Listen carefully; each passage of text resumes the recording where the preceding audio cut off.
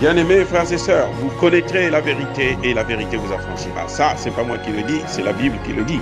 Mais moi, je vous dis bien, vous connaîtrez la vérité historique, notamment celle de vos ancêtres kémites, et vous aurez une vision globale de ce que c'est que la vraie souveraineté politique. J'ajoute, vous reviendrez à la spiritualité africaine ancestrale et vous comprendrez les enjeux de l'indépendance économique. Et pour terminer, vous accepterez votre identité culturelle kémite et vous obtiendrez deux choses. La première, c'est la paix. La seconde, c'est le développement, à une condition. L'unité de toute l'Afrique noire, l'unité de tous les Noirs du monde entier. Ô pas tous, bienvenue sur la chaîne des panafricanistes par essence, par conviction et par excellence. Celle des citoyens kémites par nécessité et obligation de combat. Nous sommes une chaîne qui n'est guidée que par nos ancêtres et rien que par les ancêtres qui appartiennent à l'égrégore du monde noir. Par conséquent, nous ne croyons en aucun Dieu venu de l'étranger. Toutefois, cette vidéo n'est aucunement destinée à inciter à la haine ou à la violence, car nous menons un combat qui est d'abord et avant tout spirituel, intellectuel et démocratique. Ensuite, il est politique, géopolitique et géostratégique, contre l'impérialisme, le colonialisme, le néocolonialisme et l'endocolona, qui sont tous qualifiés de crimes contre l'humanité.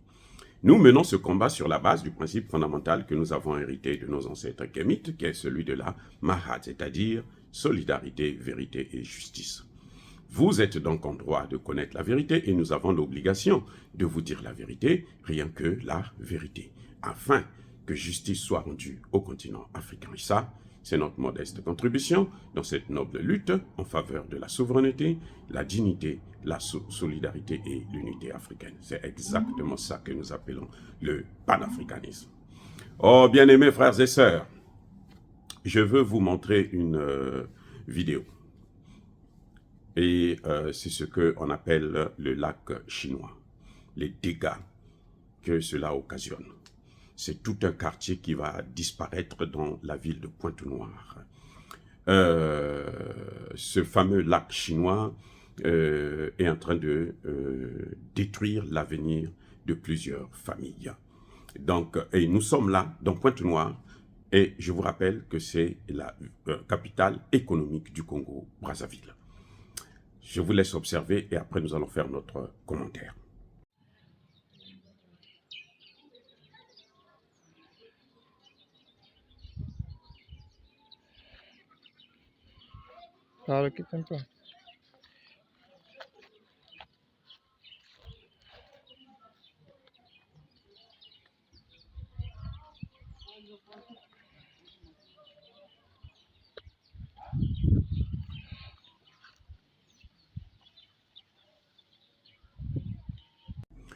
Bien-aimés frères et sœurs, ce que l'on appelle lac chinois, en fait, ce n'est pas un lac. C'est par abus de langage qu'on appelle ça le lac chinois.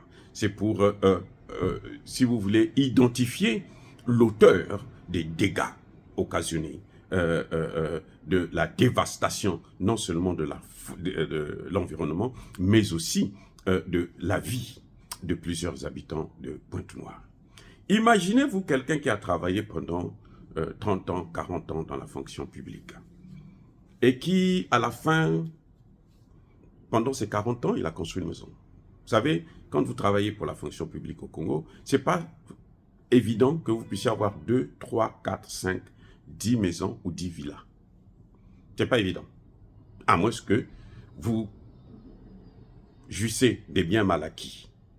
Mais si c'est avec votre salaire normal, ce serait alors. Quand vous arrivez déjà à construire une maison, c'est avec toutes les peines du monde. Et une deuxième, je ne pense pas que ce serait possible. Donc, vous imaginez quelqu'un qui, pendant 40 ans, s'est battu pour avoir sa petite maison. Et quand il rentre à la retraite, il veut se reposer avec sa femme et ses enfants.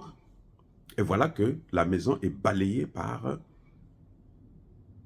des dégâts causés par la mauvaise gestion de l'eau dans la ville de Pointe-Noire.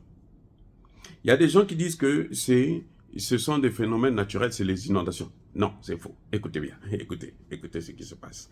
Je vais vous expliquer. C'est pas un phénomène naturel. C'est un phénomène causé, provoqué. C'est la mauvaise gestion. Ce n'est pas des bons ingénieurs qui ont fait ce travail.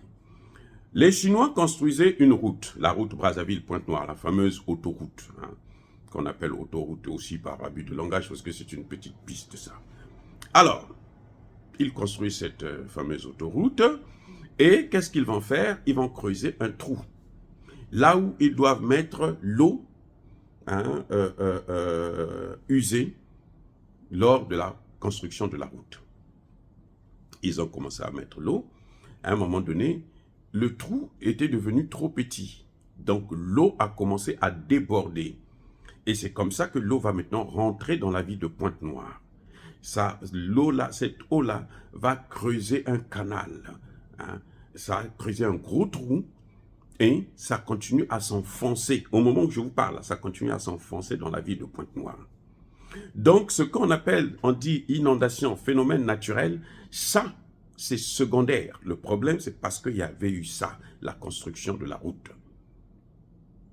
C'est comme ça qu'il faut comprendre les choses. Ce n'est pas un phénomène naturel. Si c'est un phénomène naturel, alors les habitants, vous n'avez pas à vous plaindre, vous devez seulement prier.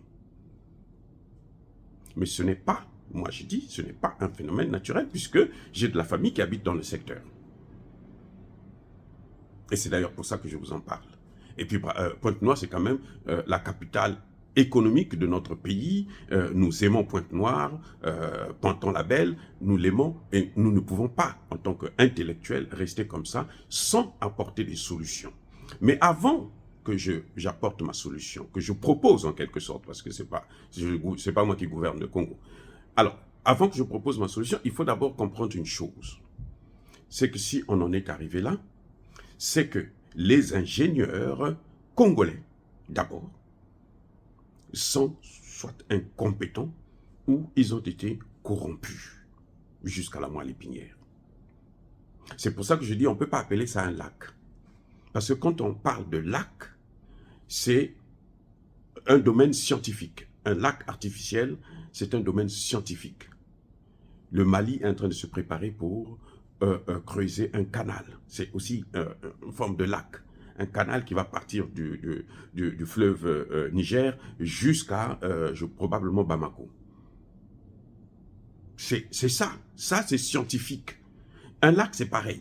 Quand vous voulez construire un lac, vous savez jusqu'où ça va aller. Et vous étudiez d'abord l'environnement. Vous savez que l'eau là, qui va venir ici, ça va s'arrêter à tel endroit, quelles que soient les circonstances. C'est scientifique. Sauf si les gens qui ont travaillé là-dessus ne sont pas des vrais ingénieurs. Ça, c'est le premier point. Donc, du côté des Congolais, ceux qui ont géré ce projet-là avec les Chinois ont été soit corrompus ou ont été des incompétents. C'est la première des choses qu'il faut admettre. Deuxième des choses que je voudrais ressortir. Les Chinois, ils ont une haute technologie. Ils sont au top premier actuellement. Ils se disputent la place avec les États-Unis. Et puis la Russie dans le domaine de l'armement. Mais en fait, les Chinois et les États-Unis se disputent la première place dans le domaine de la technologie. Donc les Chinois ont la technologie pour gérer ce genre de situation. Si les Chinois sont arrivés à un tel échec, parce que pour moi c'est l'échec de la construction de la route, ça c'est un échec. S'ils sont arrivés à un tel échec, ça veut dire que ceux qui ont collaboré avec eux pour ce projet n'étaient pas sérieux. Le problème des Chinois, c'est quoi? C'est que quand vous n'êtes pas sérieux, ils ne vous prennent pas au sérieux. Vous comprenez? Si vous n'êtes pas sérieux avec un Chinois, il va vous baiser la gueule. Ça, c'est inévitable. Si à partir du moment où il vous donne de l'argent, 10%, 5%, vous avez pris cet argent, eh bien, ne vous attendez pas à ce qu'il puisse vous faire un bon travail. Il fera ce qu'il veut, et il prendra, s'il faut prendre, si ce sont des matières premières, il prendra plus que ce qui a été prévu dans le contrat.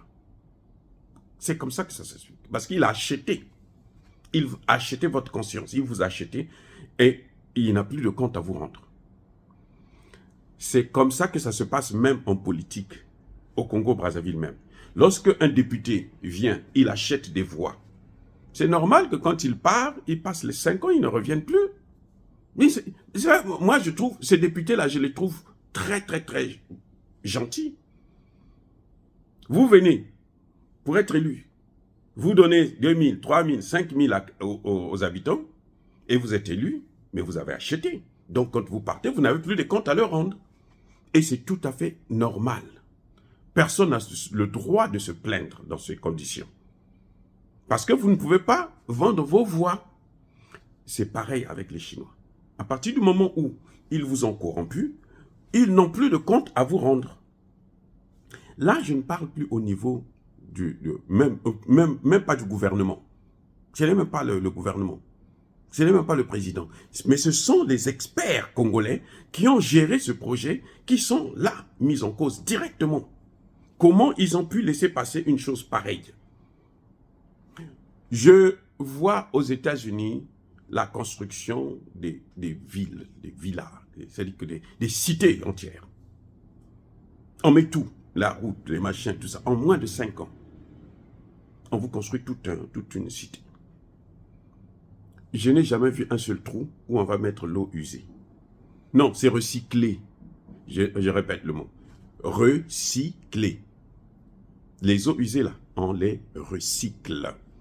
Donc, on en fait une eau qu'on peut soit utiliser pour la cuisine, pour se laver, pour boire, ou bien pour construire un autre ouvrage. Voilà comment ça se passe. Maintenant, ma solution. Pour les habitants de ce quartier, ce grand quartier qui est en train de disparaître, à Pointe-Noire, ma solution, c'est que vous devrez porter plainte contre la mairie de la ville. Vous devrez porter plainte contre la préfecture. Je sais que beaucoup de gens vont me dire « Oh non, on ne peut pas, la justice est corrompue, machin. » Ça, c'est vrai. Le président Sassou Nguesso lui-même l'a dit. C'est à Pointe-Noire que le président Sassou Nguesso est venu, il a viré tous les magistrats. Il les a remplacés par des nouveaux magistrats qui sont venus. En une semaine, ils ont fait exactement ce que les autres faisaient, mais en pire. Ils ont fait pire. Vous voyez? Donc, ça, ce n'est pas un problème. Il faut d'abord porter plainte. Et à ce moment, on verra ce que dira la justice. Si vous avez des bons avocats, je suis sûr, il y a la justice, il y a la première instance, il y a l'appel, il y a la cassation. Et à ce moment, ça ne marche pas, on peut saisir la Cour africaine des droits de l'homme. Ça, c'est le droit. Ce n'est pas, là, nous ne sommes pas dans la politique, parce qu'on ne peut pas faire la politique là où il faut faire d'abord le droit. La première des choses, c'est faire le droit. Et je suis sûr que si vous faites le droit, le président de la République comprendra qu'il faut trouver un moyen pour qu'on puisse compenser ces gens-là.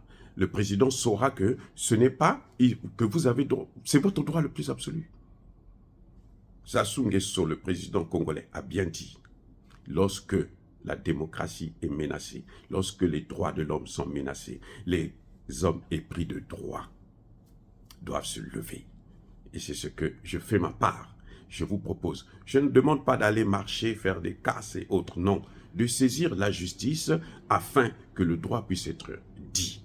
Maintenant, politiquement parlant, c'est une aubaine pour le gouvernement congolais.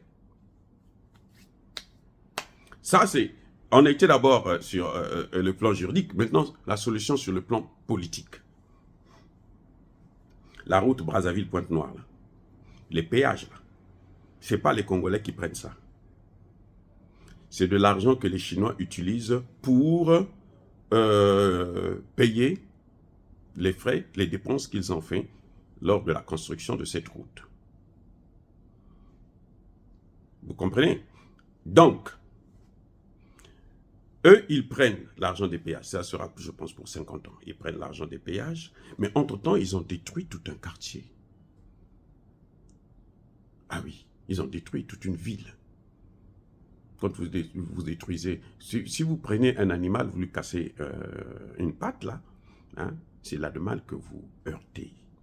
Vous faites mal à l'animal. Donc, la ville de Pointe-Noire là, est en deuil économique et politique et même juridique. À cause de ce lac, ce fameux lac chinois, ce qu'on appelle maintenant désormais lac chinois, pour comprendre que ce sont les dégâts qui sont faits par les Chinois.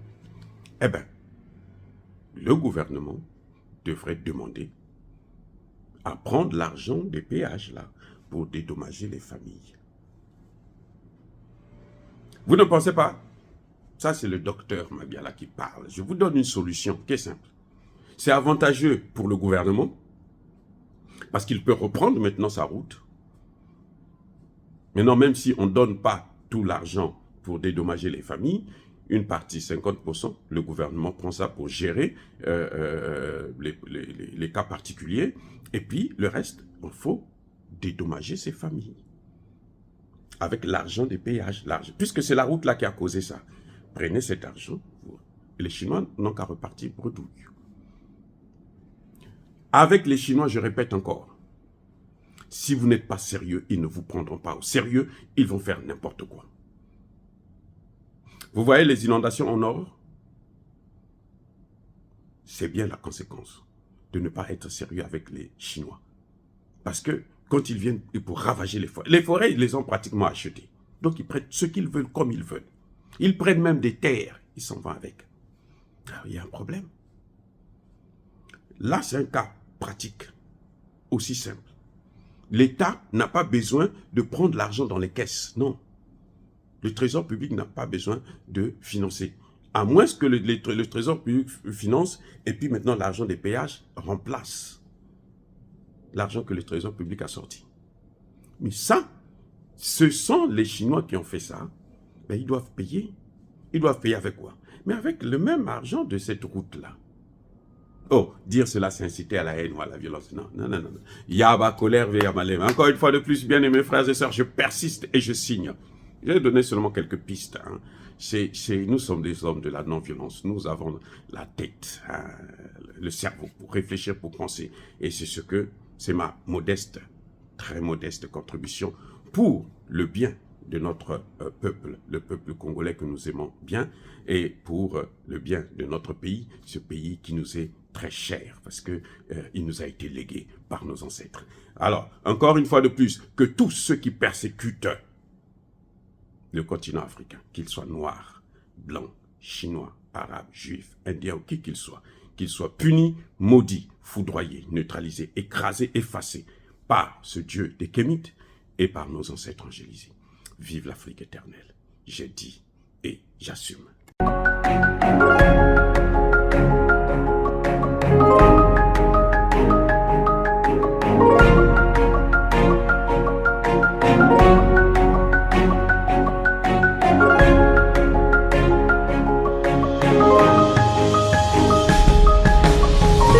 Eux, ils marchent par la foi et non par la vue. Mais moi, je vous conseille vivement de marcher par la connaissance scientifique et historique, notamment celle de nos ancêtres kémites, par les 5 sens et par l'intelligence. À vous, Mabiala.